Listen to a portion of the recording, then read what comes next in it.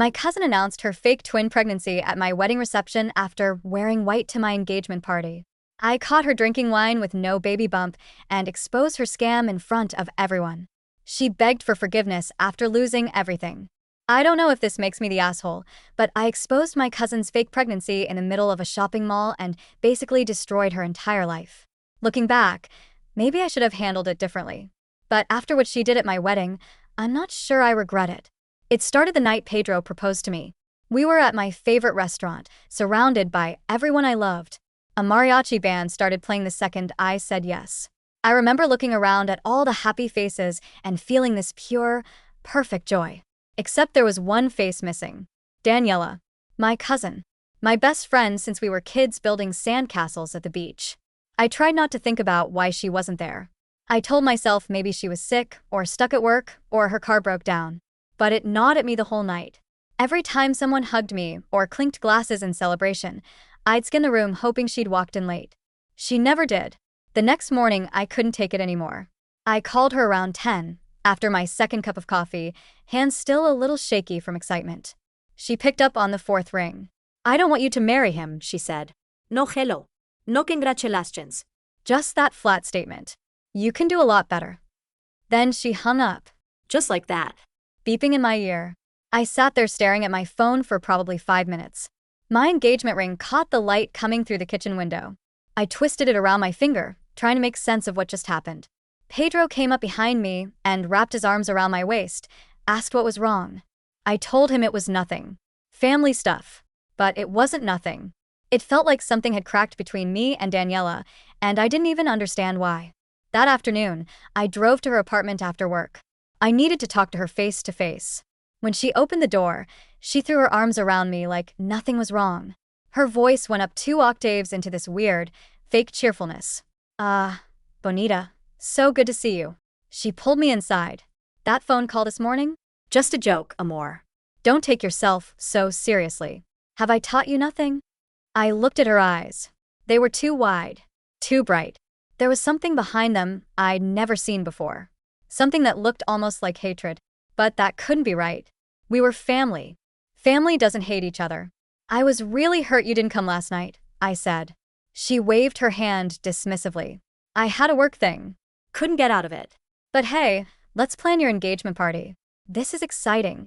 For the next hour, she planned the entire thing in front of me. Where we'd have it, who we'd invite, what food we'd serve. I barely got a word in. Every suggestion I made, she talked over. But the plan sounded good, so I went along with it. I told myself I was being paranoid. This was Daniela. She'd always been a little dramatic, a little over the top. That was just her personality. The day of the engagement party, my mom helped me get ready. She brought over the dress Daniela had picked out. I expected white or cream, or maybe champagne. Something bridal. Instead, it was light green. "Are you sure this is what she got?" I asked. My mom nodded. She said green is your color. You'll look beautiful, Mija. And I did feel pretty. Green has always looked good on me. Daniela knew that. When Pedro picked me up and twirled me around in our driveway, calling me Reina over and over until my cheeks hurt from smiling, I forgot all about the weirdness from the week before. Then we walked into the venue. Daniela stood near the entrance in a white ball gown. Not off-white. Not cream. Pure. Wedding dress, white with a full skirt that took up half the doorway. She looked stunning. I'll give her that. Her hair was in perfect curls, makeup like she'd hired a professional. Everyone was staring at her. I felt the blood drain from my face. My stomach did this awful flip. Pedro's hand tightened on my elbow.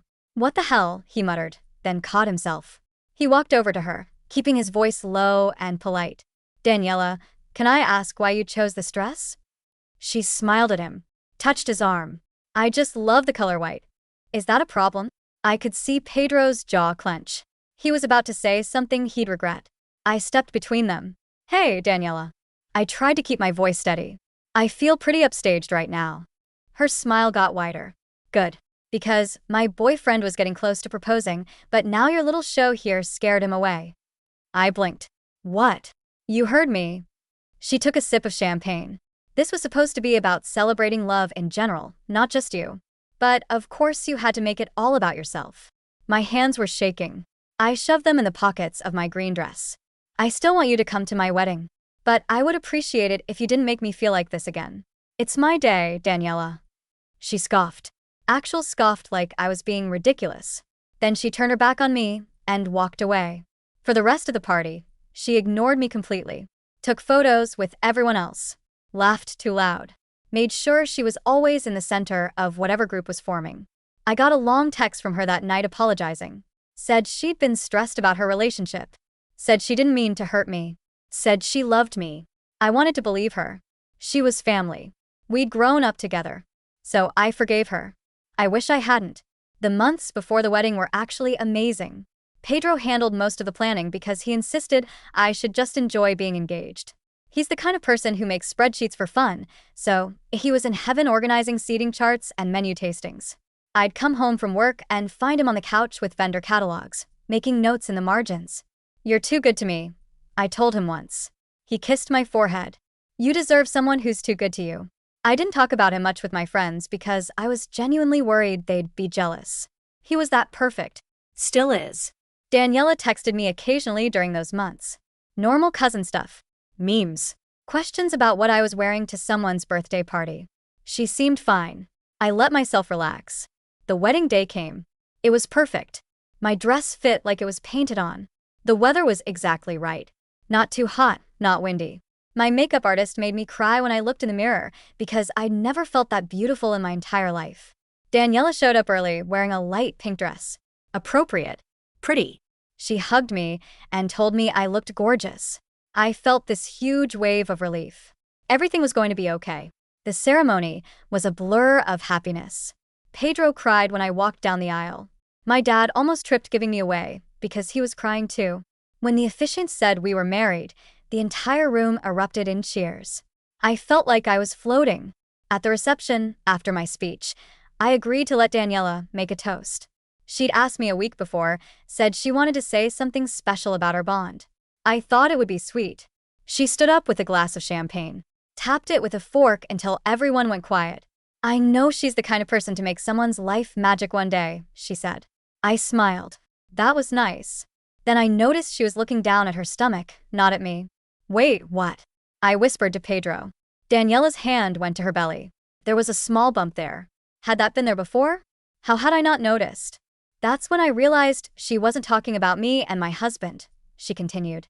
She reached for an envelope on the table, pulled out a photo, held it up. "I'm pregnant, everyone." The room gasped. People started clapping. I sat there frozen, watching my wedding reception turn into Daniela's pregnancy announcement. She showed the ultrasound photo around. Everyone rushed toward her, hugging her, congratulating her, asking questions. Pedro squeezed my hand under the table. Ignore her, mi amor. "Nothing changes the fact that today is about us." I nodded, tried to smile, but I couldn't stop watching her. The way she touched her stomach seemed practiced, performative. And then, about an hour later, I saw her in the corner near the bar. She looked around, then grabbed a full bottle of champagne, took it behind a column. I followed, staying back where she couldn't see me. She drank half the bottle in maybe 3 minutes. Straight from the bottle. No bump in sight when she leaned back against the wall. That's when I knew. She was faking it. I could have called her out right then, dragged her out in front of everyone, and demanded she explain. But I didn't. I walked back to my table, sat down next to Pedro, and smiled for the rest of the night. Because I knew something Daniela didn't. I knew how to play the long game. For the next few weeks, I was the perfect supportive cousin. Texted her asking how she was feeling. Sent her links to maternity clothes. Asked about her boyfriend. She ate it up. Responded with paragraphs about her symptoms and cravings and how magical everything was. One Sunday morning, I was having breakfast with Pedro when my phone lit up with a group chat notification. Daniela had posted another sonogram image. This one showed a side profile. "Baby's first profile pic," the caption said. "Can you see how they have my nose?" I zoomed in on the image. It looked exactly like the generic ultrasound photos you'd find if you Googled 20-week ultrasound. Pedro looked over my shoulder. "You still think she's faking it, don't you?" I caught her drinking an entire bottle of champagne at our wedding. And look at this picture. It's too perfect. Too generic. Maybe she got it from a stock photo site, Pedro suggested, but he didn't sound convinced. There was a knock at the door. Pedro went to answer it while I was still staring at my phone. I heard Daniela's voice in the entryway. Surprise. I was just in the neighborhood. She walked into our living room wearing a tight dress with what looked like a perfectly round pillow underneath. It didn't move right when she walked. Didn't shift or settle. Just stayed there, round and hard-looking. I wanted to show you what I bought for the baby. She dumped a shopping bag on our couch. Tiny onesies and booties spilled out. Aren't they precious? I watched how her bump shifted when she bent over. It slid to the left. Actual pregnant bellies don't do that. How far along are you now? I asked, keeping my voice casual. She hesitated. Just for a second. Almost 5 months. I did the math. Her announcement at my wedding was 6 weeks ago. That would make her 3 months at the wedding. But she'd said her boyfriend was about to propose before my engagement party scared him off. That was 4 months ago. The timeline made no sense. After she left, Pedro looked at me seriously. That was weird, right? I'm not imagining it. Super weird. And where is this boyfriend? The one who was supposedly about to propose? Why doesn't she ever bring him around? Pedro suggested we keep our distance. But Daniela made that impossible. She started showing up at my workplace for lunch. Pregnant ladies need company, she'd say, settling into the chair across from my desk while my coworkers cooed over her bump. I was getting more frustrated by the day. Then my mom called, her voice full of excitement. I'm planning Daniela's baby shower. She says you offered to host it at your apartment. Isn't that generous of you? I nearly dropped my phone. Mom, I never offered that. We don't even have space for a baby shower. There was a pause. That's odd. She specifically said you insisted because you wanted to be involved with your future first cousin once removed. I sighed. No, it's fine. We'll figure it out. That evening, I called Daniela. Why did you tell my mom I offered to host your baby shower? She giggled. Oh, did I say that? Sorry, pregnancy brain. I must have misunderstood our conversation. But you don't mind, right? You have such a lovely apartment. I wanted to scream. Next time, please ask before volunteering my home for events. Of course, Monica. You're the best. She hung up. The baby shower was a nightmare. 30 people crammed into our small apartment. Daniela held court in the center of the room, hand constantly on her bump. I noticed she kept contradicting herself. Told one person she was having a boy. Told another person she was having a girl. Told a third person she wanted it to be a surprise. My mom pulled me aside. Is everything okay between you and Daniela? You seem tense. I almost told her. Almost said that Daniela was faking everything. But I worried I'd sound jealous. Bitter. Like I couldn't stand someone else getting attention. We're fine, I said. Just cousin stuff. After everyone left, Pedro helped me clean up. I found myself ranting while I washed dishes. Did you see how she couldn't keep her story straight? And that bump looked like she stuffed a basketball under her dress. Pedro nodded. What's her endgame here? She can't fake a pregnancy forever. Eventually, there's no baby. What does she do then? That's when it hit me. She'd have to either produce a baby or claim she lost it. Either way, she'd get sympathy. Attention. She'd make it about her. I started feeling something other than anger. Worry. Maybe Daniela needed help. The next day, I texted her asking to meet for coffee. I thought maybe I could gently suggest therapy. Maybe she was dealing with fertility issues or something deeper. We met at a cafe near my office. Daniela arrived wearing a loose dress. Her bump looked noticeably smaller than it had been yesterday. Daniela, I'm concerned about you. I kept my voice gentle. Is everything okay? You can talk to me if something's wrong. Her eyes narrowed. What do you mean? Everything's wonderful. The baby's healthy. I'm glowing. Life is perfect. I took a breath. It's just some things don't add up with your pregnancy. I'm worried you might be going through something difficult. Her smile vanished. Are you calling me a liar? Her voice was suddenly loud. People at nearby tables turned to look. No, I'm just because you got the perfect proposal and the perfect wedding and the perfect husband doesn't mean you get to rain on my parade too. She was shouting now. Daniela, please. You've always been so jealous of me. Even as kids, you couldn't stand that I was prettier and more popular. This was completely untrue. We'd been close. Equal. She'd never been more popular. She stood up, hand dramatically on her bump. I can't believe my own cousin would stress me out like this in my condition. The doctor said I need to avoid negative people. Then she stormed out, left me sitting there while everyone stared. I went back to work feeling shaken. An hour later, my phone exploded. Daniela had posted on social media that I'd accused her of faking her pregnancy out of jealousy, that I couldn't stand not being the center of attention anymore. She included a photo of herself crying, mascara running. My mom called. How could you say such things to her? She's family. I tried to explain, tried to lay out all the inconsistencies, but it sounded weak. Mom, things aren't what they seem. She's having a baby, Monica. Your cousin is bringing new life into this world, and you're treating her horribly. By evening, I had messages from a dozen relatives, all expressing disappointment. Pedro's mother even called him asking if I was doing okay mentally. I broke down that night. Everyone thinks I'm the villain. What if she really is pregnant, and I'm just paranoid? Pedro held me. You're not crazy. Something's definitely off. The next morning, I woke up to another post. Daniela had announced she was having twins now. Twins. When yesterday, it was one baby.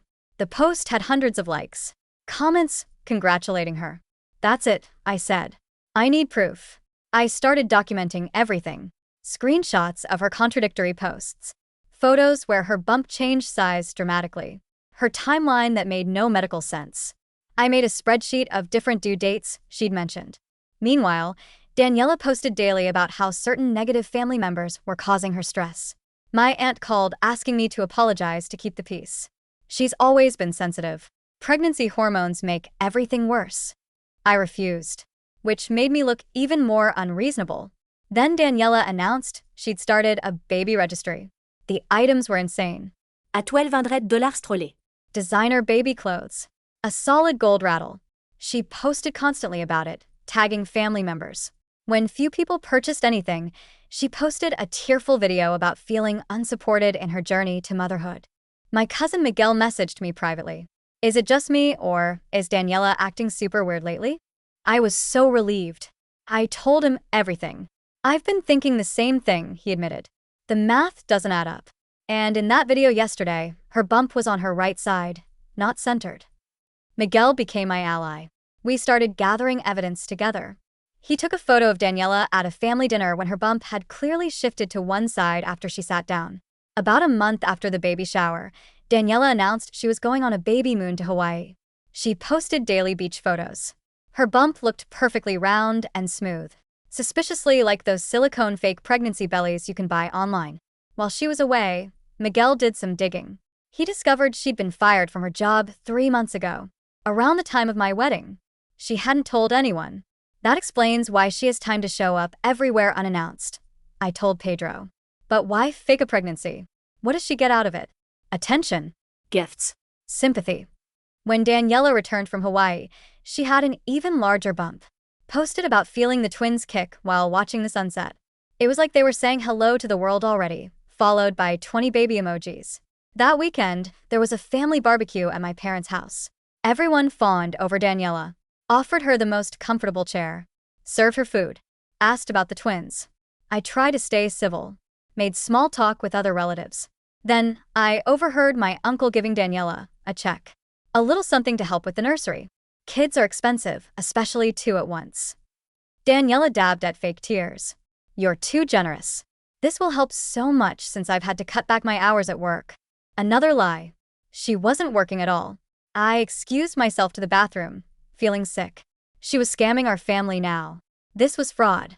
In the hallway, my Aunt Maria grabbed my arm, pulled me into the guest bedroom. Something's not right with Daniela's pregnancy, she whispered. I raised 4 children. That is not how a 7-month pregnant woman moves. My shoulders sagged with relief. You believe me? She nodded. The girl is lying. But why? I told her about the job loss. Her eyes widened. That explains why she asked me for a loan last month. Said it was for baby furniture. With Aunt Maria on our side, we had 3 people working to uncover the truth. She promised to talk to other relatives who might have noticed discrepancies. The next day, Miguel texted me a screenshot. A dating app profile showing Daniela with no baby bump. The photo was dated 2 weeks ago. I think we've got her, he wrote. But I wasn't sure. She'd just say it was an old photo. I needed something irrefutable. The opportunity came when Pedro and I went to a new shopping mall across town. As we walked past a wine bar, I froze. Daniela was sitting there with a man, drinking a large glass of red wine. No baby bump in sight. I grabbed Pedro's arm. Look. He pulled me behind a column. Are you sure? Maybe it's someone who looks like her. But it was definitely Daniela. Laughing. Touching the man's arm. Definitely not pregnant. I took out my phone and started recording. My hands were shaking. But I got clear footage of her drinking wine. Standing up. Completely flat stomach. What do we do now? Pedro asked. Nothing yet. We need more evidence. Over the next week, I discovered Daniela had set up a GoFundMe for her high-risk twin pregnancy. She'd raised over $3,000 from family, friends, and strangers. Miguel found out the man from the wine bar was her former boss, the one who'd fired her. They were dating now. Aunt Maria reported that Daniela had been borrowing money from multiple relatives, using the babies as leverage. It was time for a confrontation, but I needed to be smart. Daniela had already painted me as jealous and unstable. If I accused her without proof, she'd twist it again. I decided to set a trap. I texted her. Hey, I found this amazing sale on baby furniture at that new mall. Want to check it out Saturday? She replied immediately. Oh my God, yes. The twins need everything still. You're the best cousin ever. Saturday morning, Pedro drove me to the mall early. The plan was simple. I'd meet Daniela at the food court. Suggest we check out the baby store. Our path would take us right past the wine bar. Miguel and Aunt Maria would be positioned there, ready to record if her boyfriend showed up. Daniela arrived wearing a flowy dress with an enormous fake bump. She hugged me like we were best friends. Went on and on about how excited she was. The store's on the upper level, I said. Want to grab a smoothie first? I heard there's a good place near here. She agreed. I led her toward the wine bar. Just as we approached, her phone pinged. She checked it. Her face went pale. Actually, I just remembered I have a doctor's appointment. Pregnancy brain, am I right? We'll have to do this another time. She started backing away. I pointed to the wine bar. Isn't that your boyfriend sitting right there? The man from before was at a table, checking his watch. Her face went white. I don't know what you're talking about. I need to go. Daniela, I know you're not pregnant. I saw you here last weekend, drinking wine. No bump. No pregnancy. No twins. She looked like she might faint. You're crazy. Look at me. She gestured to her fake bump. Take off the prosthetic belly, Daniela. The game is over. For a moment, I thought she might confess. Instead, she let out a scream and collapsed to the floor. Clutched her stomach. The babies. Something's wrong with the babies. People gasped. A security guard rushed over. Ma'am, should I call an ambulance? Her boyfriend appeared, looking confused. Daniela, what are you doing? Why are you on the floor? She looked up at him in horror. Jason, help me. The twins. His brow furrowed. What twins? What are you talking about? The security guard looked between all of us. Perhaps I can clarify, came Aunt Maria's voice. She walked up with Miguel. My niece Daniela has been pretending to be pregnant with twins for several months. She's been collecting money from family members and online donors for a pregnancy that doesn't exist. Miguel held up his phone. We have proof. Dating profiles. Videos of her drinking alcohol. Contradictory social media posts. The security guard helped Daniela to her feet. As he did, her fake silicone belly shifted noticeably to one side. There was an audible gasp from people watching. Jason looked horrified. What the hell, Daniela? Is this true? You told me you needed time off work for stress. Daniela's face contorted with rage. She pointed at me. This is all your fault. You've always had everything. The perfect boyfriend. The perfect proposal. The perfect wedding. Everyone always loves you more. I didn't know what to say. Aunt Maria put her arm around Daniela. This has gone too far. You need help. Daniela shrugged her off. I don't need help.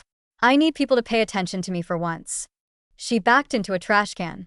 The security guard stepped toward her. Ma'am, I think you need to come with me. Falsely collecting money could be considered fraud. Daniela's eyes darted around. In a sudden move, she reached under her dress, pulled out the silicone belly, threw it at me. Fine. Are you happy now? I'm not pregnant. The food court had gone silent. Everyone staring. I felt vindication and sadness mixed together. This wasn't how I wanted things to end. Daniela turned to run. Security stopped her. They took her to the mall office. Jason followed, looking stunned. Miguel went along to show them the evidence. I stood there with Pedro and Aunt Maria, feeling drained. That was intense, Pedro said. Aunt Maria sighed. She's been troubled for years. Her mother has always enabled her. This time she went too far. The aftermath was messy. Daniela had to return money from the GoFundMe. Several family members who'd given her cash were furious. Some just felt sorry for her. My aunt and uncle got Daniela into therapy. It turned out she'd been struggling since losing her job. Seeing me succeed had triggered something deep. A month later, Daniela sent me a handwritten letter. It wasn't exactly an apology. She still blamed me for pushing her to extremes. But she acknowledged what she did was wrong. She was seeing a therapist twice a week. I showed the letter to Pedro. Well, it's something. Yeah, it's a start. My relationship with Daniela would never be the same. The trust was broken, but at least the truth was out. As for me and Pedro, we were stronger than ever. He'd stood by me when everyone thought I was being petty. We decided to take a break from family drama, booked a trip to Spain to visit his relatives. The night before our flight, Pedro kissed my forehead. You know what's funny? After all this craziness, I'm even more certain I married the right woman. I smiled.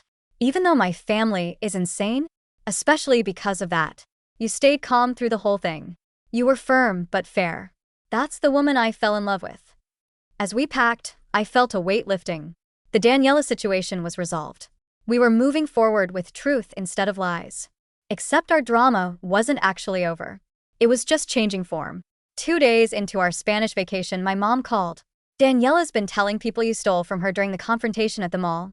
She says you took her wallet, and that's why she couldn't pay back the GoFundMe money. I nearly dropped my phone. Mom, that's completely untrue. There were witnesses. Security guards. I know, honey. Most of us don't believe her. But she's convincing some people. I hung up frustrated. Even with all the evidence, Daniela was still trying to manipulate things. Pedro noticed my expression. We should just enjoy our vacation. Deal with it when we get back. He was right. We visited his grandmother in Barcelona, toured the Sagrada Familia, ate our weight in paella. For a few days, I forgot about Daniela. Then Pedro's phone pinged. He looked at it. His face darkened. You need to see this. It was a social media post from Daniela. She'd photoshopped pictures to make it look like I'd been harassing her for years. The post claimed I was obsessed with ruining her life out of jealousy. She even alleged that Pedro had originally been interested in her before meeting me. That's insane, I said.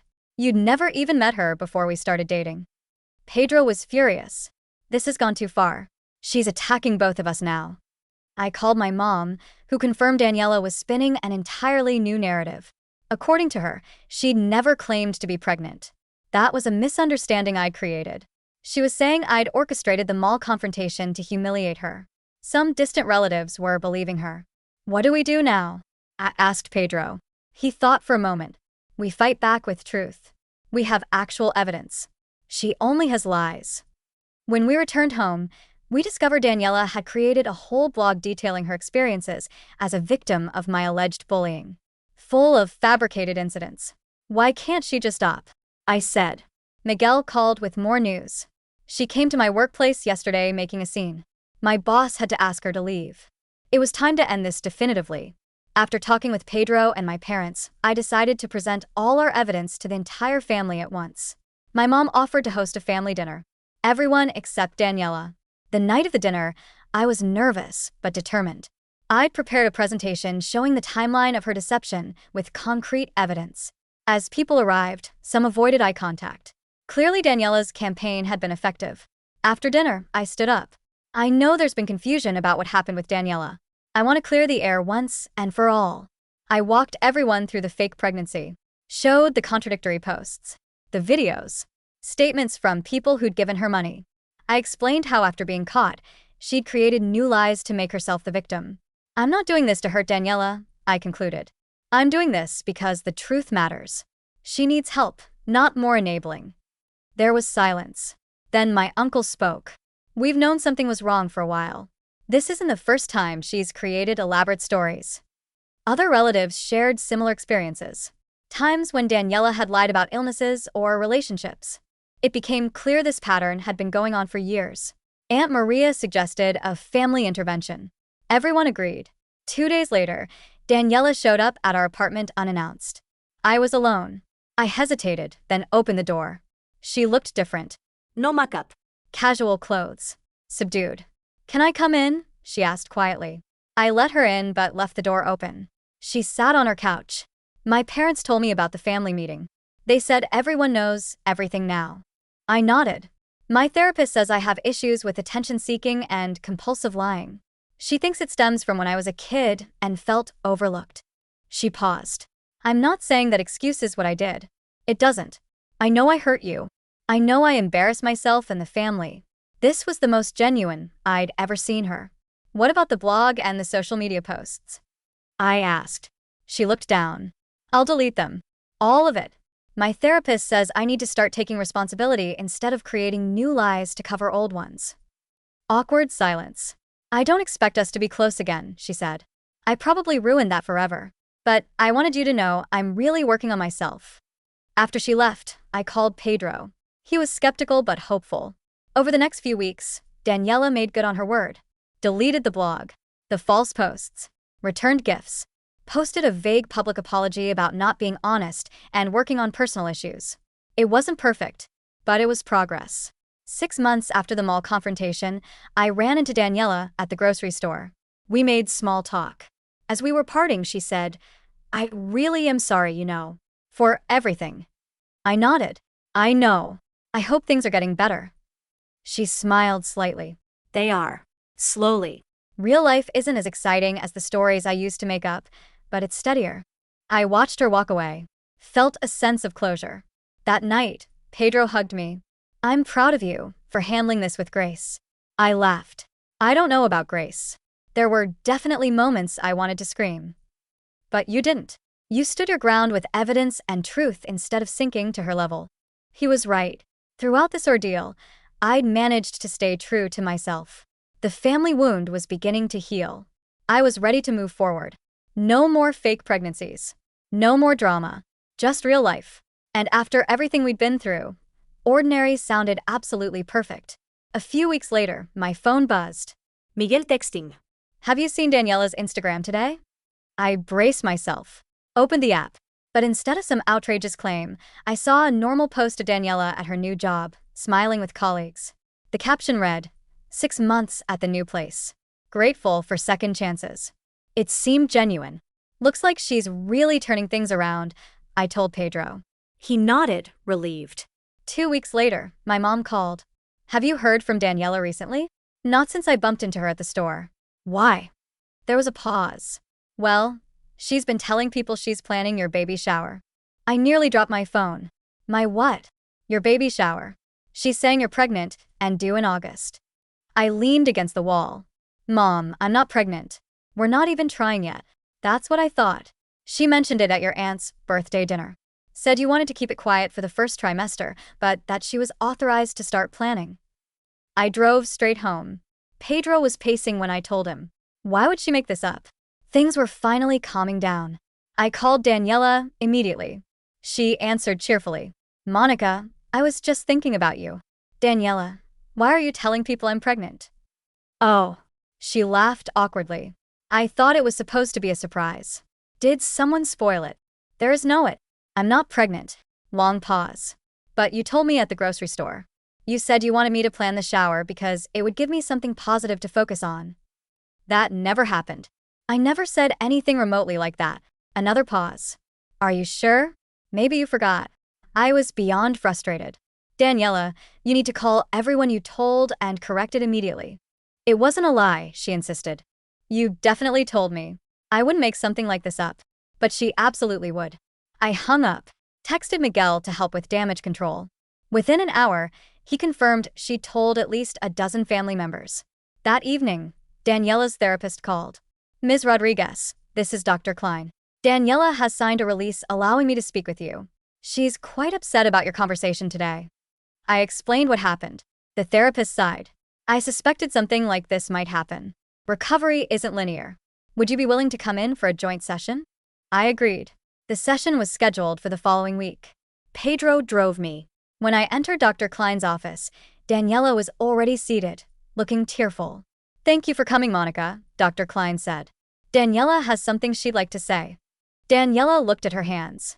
I made it up. You never told me you were pregnant. I don't know why I said that.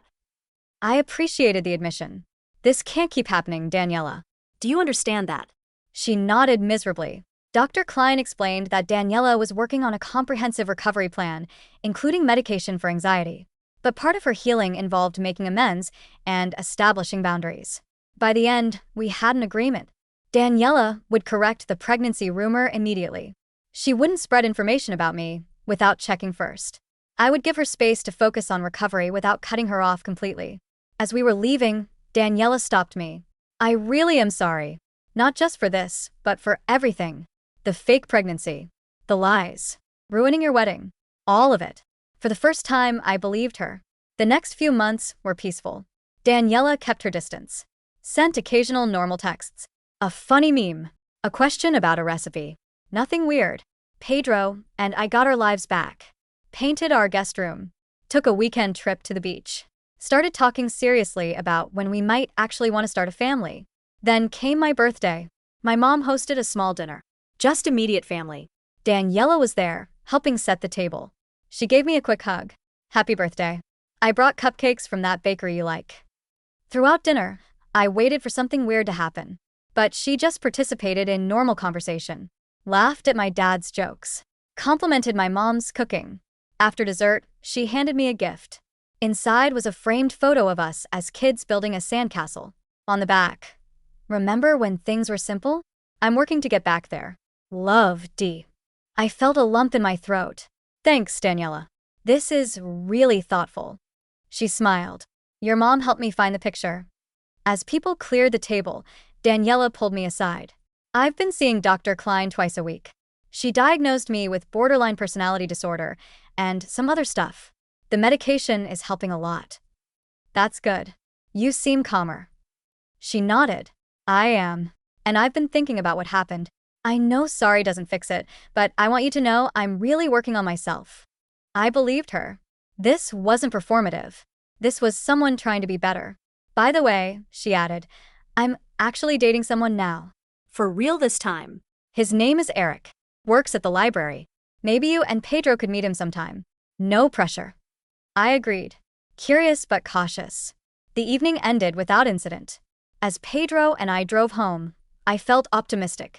She seemed different, Pedro observed. More authentic. Yeah, I hope it lasts.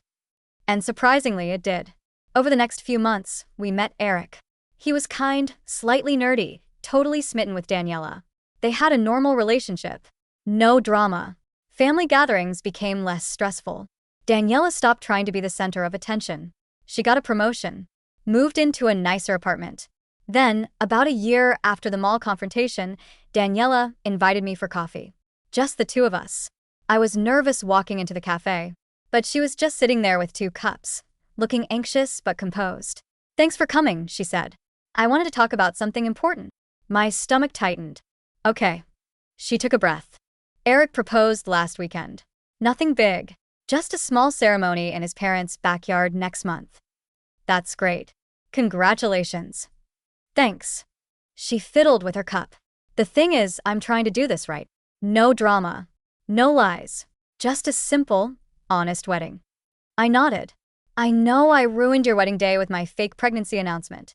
I can't undo that. But I wondered. She hesitated. Would you be my maid of honor? I completely understand if you say no. I was speechless. You don't have to answer now, she added quickly. Think about it. Talk to Pedro. I just wanted you to know you're important to me. The real you, not the version I created in my head to be jealous of. I did think about it. Talked it over with Pedro. Called Miguel and my mom. Even had another session with Dr. Klein. In the end, I agreed.